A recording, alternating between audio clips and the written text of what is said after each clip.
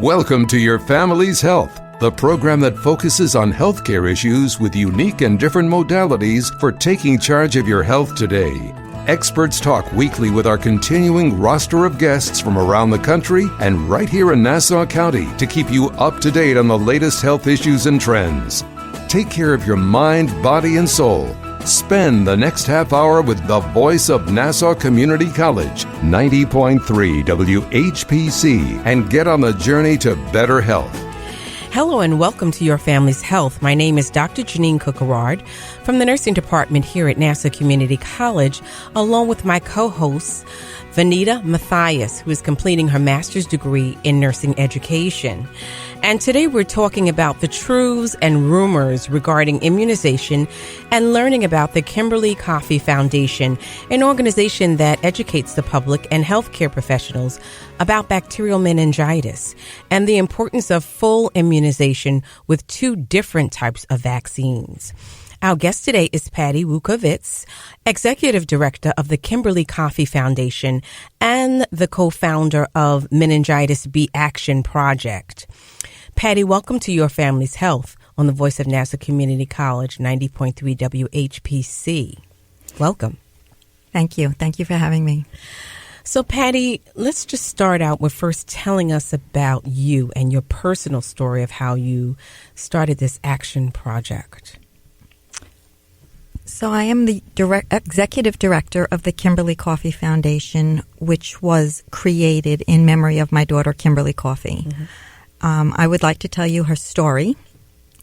Sure. My daughter, Kim, was a silly kid. She was the cutest little girl ever.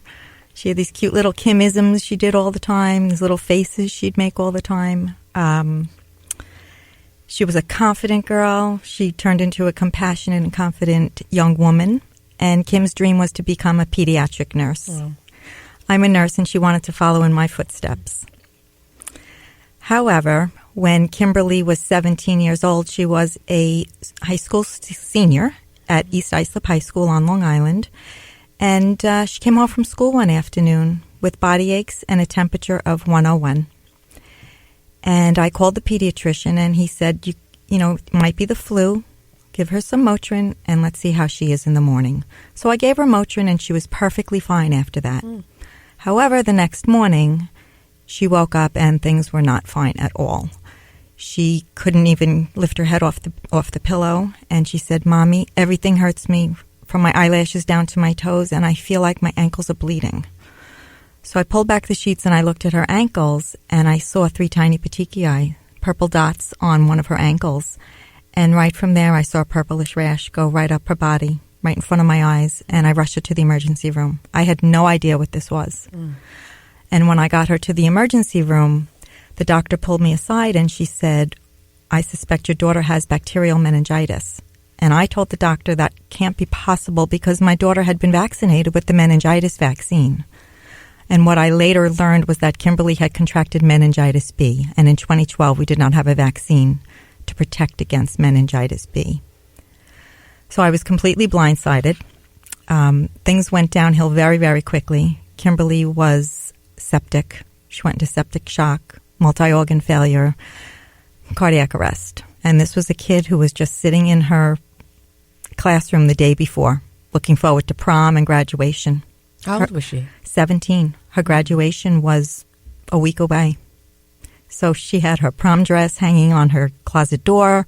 She was all excited to get ready, and she was, very excited to be accepted into the nursing program. And unfortunately, because Kim had meningococcal disease, so the meningococcal bacteria had infected her blood. Mm-hmm.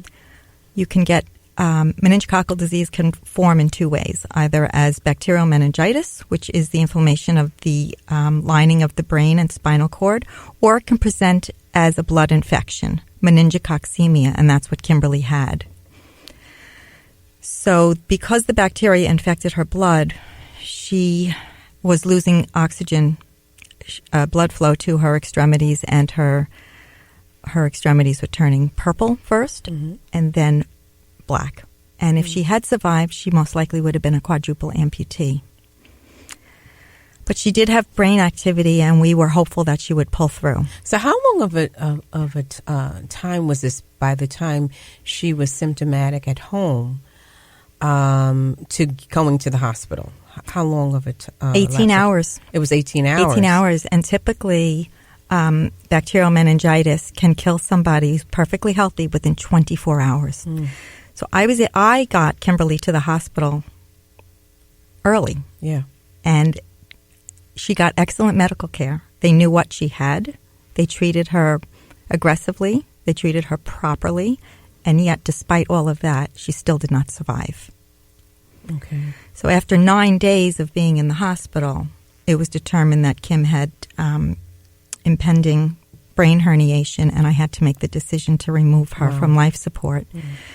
And I buried Kim 3 days before her high school graduation in the prom dress that she didn't get to wear, she didn't get to dance in.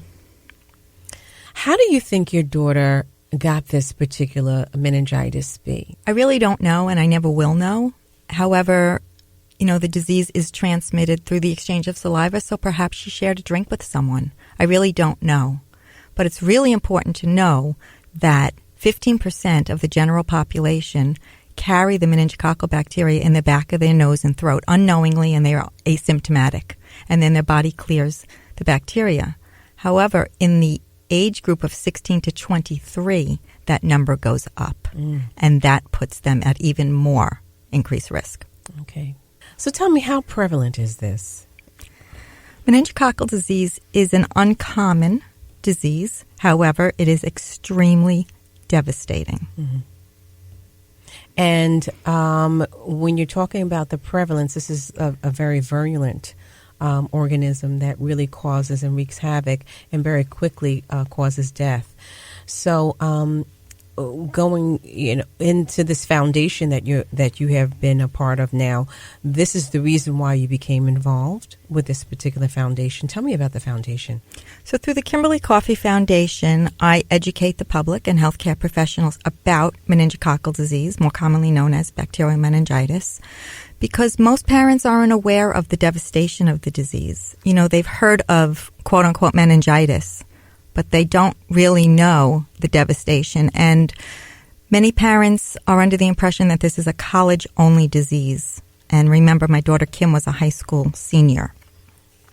So it's just so important that everyone knows about the two vaccines. So when Kimberly was sick, I had only vaccinated her with the MenACWY, which protects against serogroups A, C, W, and Y. And that is the common meningitis vaccine that most 11 to 12-year-olds have received.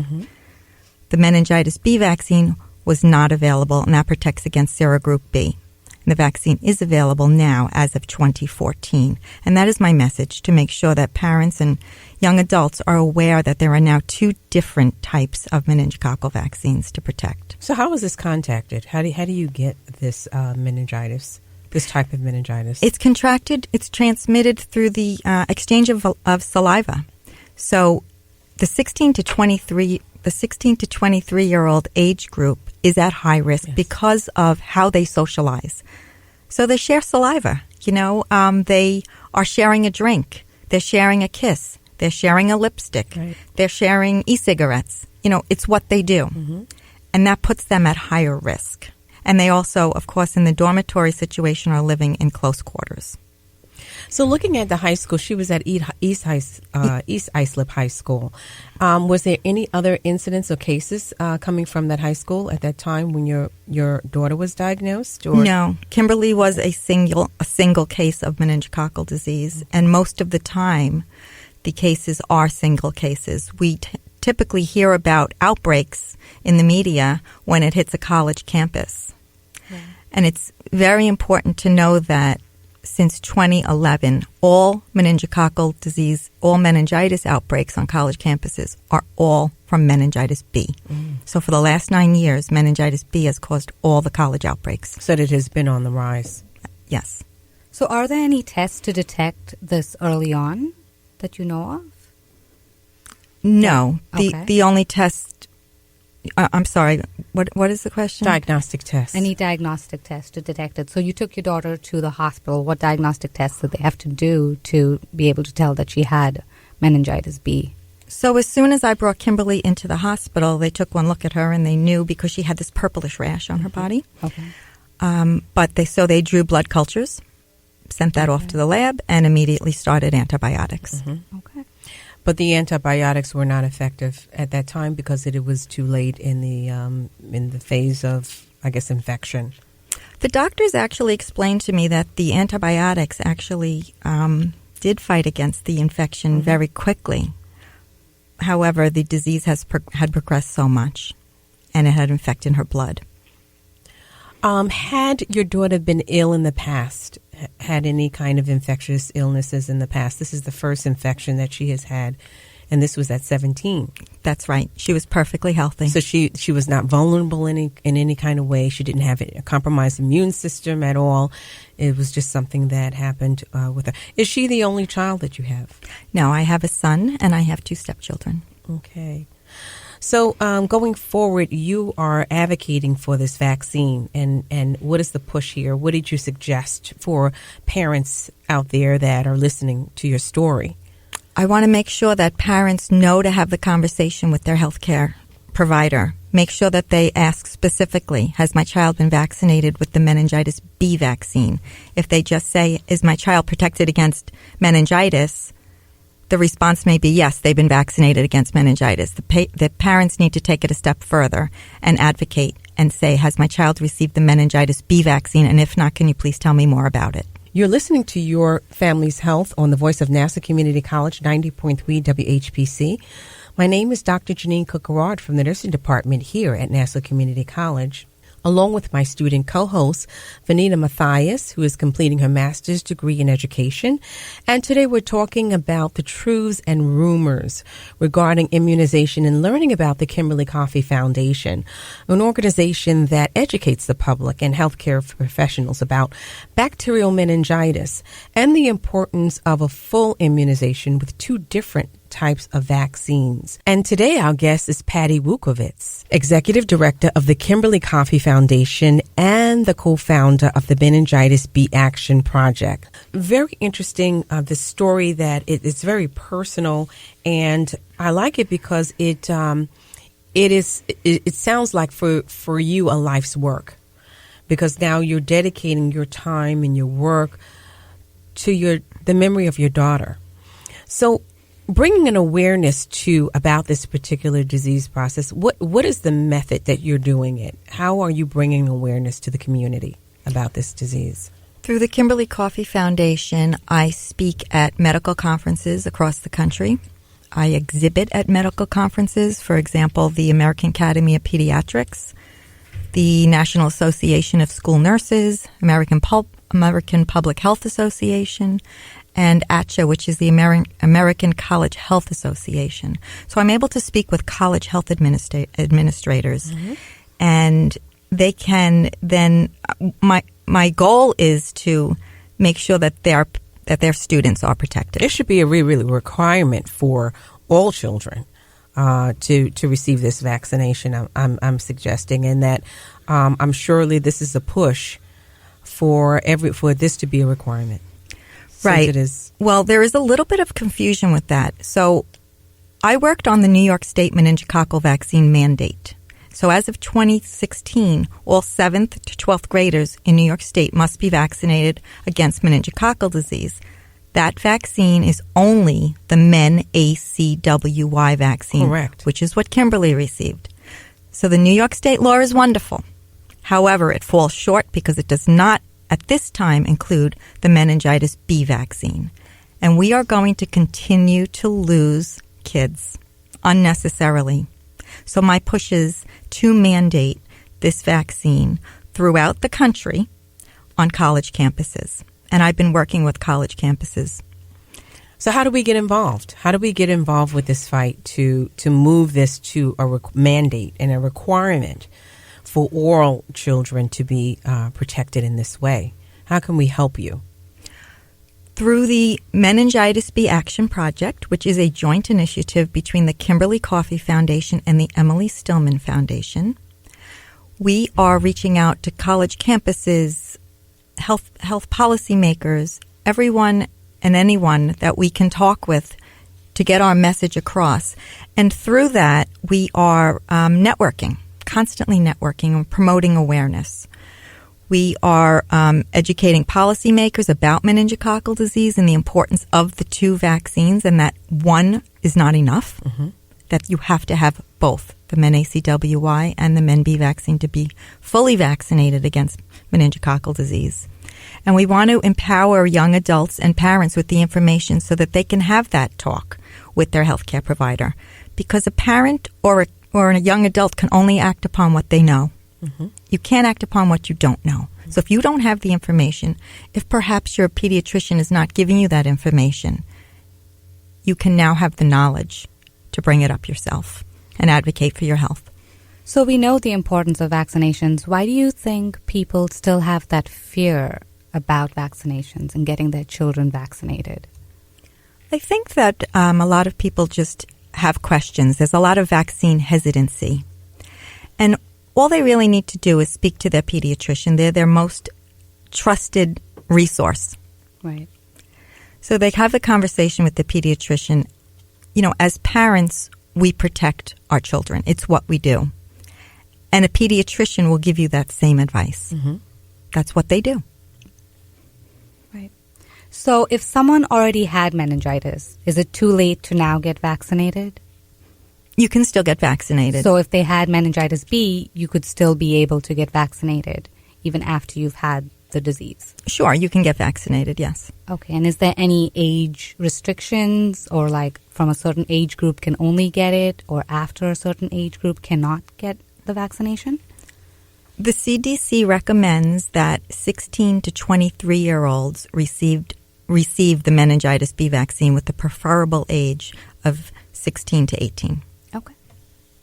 So now, with the vaccine, has there been a decline in meningitis B since we are now looking to give, and this has been something that's available? Has there been a decline? I don't know the statistics on that. The vaccine has been available in the United States for only 5 years. And so it's only been available, so we really don't have the data as to the decline of the cases. Do you think that this meningitis B is something that is mostly seen on Long Island, or how is this? I don't know whether you know the data of it globally, or is this something that's just we seeing in the United States? There's a lot of meningitis B in the UK. But in the United States, all of the college campus outbreaks since 2011 are meningitis B. Now remember, that's just the outbreaks that you're hearing about. Most cases are singular cases. So if an individual was to survive the meningitis B, what would be some of the after effects or the residual effects that a person may experience as a result of being infected with meningitis B, given they survive the infection? They may have vision loss, hearing loss. They can have other cognitive deficiencies, and they can also suffer limb amputations. So with these, the after effects of the meningitis being so dramatic as we understand it to be, this also kind of includes the educational piece. So it's just not the vaccination, but it's what do I look for parents that may have a child who comes home, like you said your daughter did, with an elevated temperature, complaining of the bleeding or they feel like this bleeding in their lower extremities. What would you say stood out for you the most as a nurse? I know as a nurse we're educated to look and to notice things. What would you say stood out to you the most to really differentiate this from any kind of virus or common cold? What stood out for you to make you say, you know what, I need to really rush to the emergency room?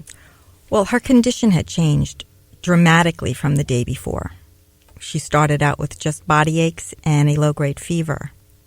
So the next morning when she had this petechiae rash... You knew that? I knew something was wrong. I did not know what it was, but I knew it was very serious, and I rushed her to the emergency room. Did she have any cognitive changes? Did she... No, not yet. Visual change? Nothing? Nothing. So typically if If the bacteria infects the meninges and it's meningitis, you will see more of that. And the patient will have a severe headache. The symptoms are not all, so you can have a combination of them. Severe and sudden onset of a headache, nausea, vomiting, and a severe stiff neck. Yeah. Yes. So even though I knew Kim had been vaccinated for meningitis, I did the day before when she came home with the body aches and the fever, I did ask her, is her neck stiff? Yeah. Because I just went through all of the symptoms in my head as a nurse. And she didn't have a stiff neck, and that's because it didn't infect her meninges. She was infected in the blood. So I know with this disease process being so dramatic as it is, as you describe your daughter, is there any support groups for those that may have experienced meningitis B and all of the, the aftermath and the clinical manifestations that happen with children? Is there support groups out there in the community that a person can go to speak about some of the deaths that occur because of this disease, or maybe the support in terms of the grieving relevant to this kind of disease? Support groups in the community, is there? Not that I'm aware of. Okay. No. I am happy to help anyone that reaches out to me through the Kimberly Coffey Foundation, and I can try to help them navigate that. And we're going to get your information. You're listening to Your Family's Health on the Voice of Nassau Community College, 90.3 WHPC. My name is Dr. Jeanine Cook-Garard from the Nursing Department here at Nassau Community College, along with my student co-host, Vanita Mathias, who is completing her master's degree in education. And today we're talking about the truths and rumors regarding immunization and learning about the Kimberly Coffey Foundation, an organization that educates the public and healthcare professionals about bacterial meningitis and the importance of a full immunization with two different types of vaccines. And today our guest is Patti Wukovits, Executive Director of the Kimberly Coffey Foundation and the co-founder of the Meningitis B Action Project. Tell us about your contact information, because you are a good resource for people who are going through this, who need support, who need to touch base with people who are in a similar situation. How can we contact you? The Kimberly Coffey Foundation's website is kimberlycoffeyfoundation.org, and the Meningitis B Action Project's website is meningitisbactionproject.org. Is there a website that we can click on to find out more information about the disease process? The Kimberly Coffey Foundation. And so with this particular website, we have everything that's there. So if anybody wants to know about the disease or any kind of supportive information, everything is there. Absolutely. And there's also a link to our initiative, which is called the Meningitis B Action Project, and there is a wealth of resources there. For college campuses, we have posters, we have brochures, we have wonderful videos on our Meningitis B Action Project website. All of these can be shared on social media. They can all be posted. We have we have the B team, which is part of our Meningitis B Action Project, and we have advocates in all 50 states. So, for example, last April was World Meningitis Day, and we had everyone do some sort of an actionable advocacy act. And some people in different states were hanging posters on their college campuses. Some were having vaccine clinics. Some were just sharing our social posts, and someone was just talking to someone in the supermarket about meningitis. Mm-hmm. So it can run, from really small to really big. But on World Meningitis Day, we had everyone do their advocacy action at the same time and post about it. So we had this wave of advocacy actions throughout the country, and it was huge. We reached over 1 million people. So I encourage everyone to please join our B team. So that's a B team where you're able to get people from the community to come in and to join. Yes. And so I'm sure because your daughter wanted to be a nurse and was going to nursing school, that one of the places that you would probably stop is educational institutions to talk about this meningitis B. So tell us, in terms of the community impact, that this has had. I know that you have been working with this project for how long? The Kimberly Coffey Foundation was created in 2014. And that's how long you've been working with the foundation? Correct, yes. And your particular role, is it outside of just the community, or you are working with individuals as well? I'm working individually, and I'm working with different immunization organizations across the country. I've also spoken, I've just recently spoke at a conference in London. Wow. So, we're really getting the word out there. Okay. I do need help, so please join the B team. One thing I would like to mention about the Kimberly Coffey Foundation, which is very personal and I think is very important, is that we have a nursing scholarship. Wow. Okay. And it is only at this point only offered to East Islip High School seniors who are interested in pursuing a nursing education. I hope to make that more broadly available. But one of the requirements that I have for the applicants is they have to show me documentation that they've been vaccinated with the MenACWI vaccine and at least have started the MenB vaccination series. Very good. So if you wanted to leave maybe a parting theme for our listening audience about this meningitis B, what would you leave with the listening audience? The bottom line is make sure that you know that there are two different meningococcal vaccines, two different vaccines to protect against bacterial meningitis. One is called the MenACWI vaccine, and the other is called the MenB vaccine. So make sure that your child or yourself knows about the fact that there are two separate vaccines. It's not just one anymore. There are now two. And give us your website again. KimberlyCoffeyFoundation.org. So I just want to just ask you this question before you leave. In the household, when your daughter became infected, is there something that we can do on a practical level to prevent the infection of the meningitis B? Is it washing your hands more? Is it informing our teens not to engage in, I know they're very social. Of course. And at that time, intimacy is a big piece. Right. So what would you advise our teens to do in terms of the practicality of not being infected in this way? Well, absolutely washing their hands and being careful, being very careful on how they're behaving.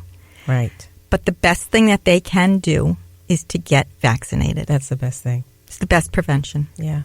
Thank you for being here with us, Patti Wukovits, Executive Director of the Kimberly Coffey Foundation and the co-founder of the Meningitis B Action Project. Thank you. Thank you so much for having me. This is Dr. Jeanine Cook-Garard from the Nursing Department here at Nassau Community College, along with my co-host, Vanita Mathias, who is completing her master's degree in nursing education. And we want to thank you for listening to this week's edition of Your Family's Health. We'd like to get your feedback on your family's health. Send your comments by emailing them to whpc@ncc.edu. Podcasts of today's show are available on iTunes, Android Podcasts, and Spreaker. This program was produced at the studios of Nassau Community College in cooperation with the Nursing Department. Join us next week for another edition of Your Family's Health on the voice of Nassau Community College, 90.3 WHPC.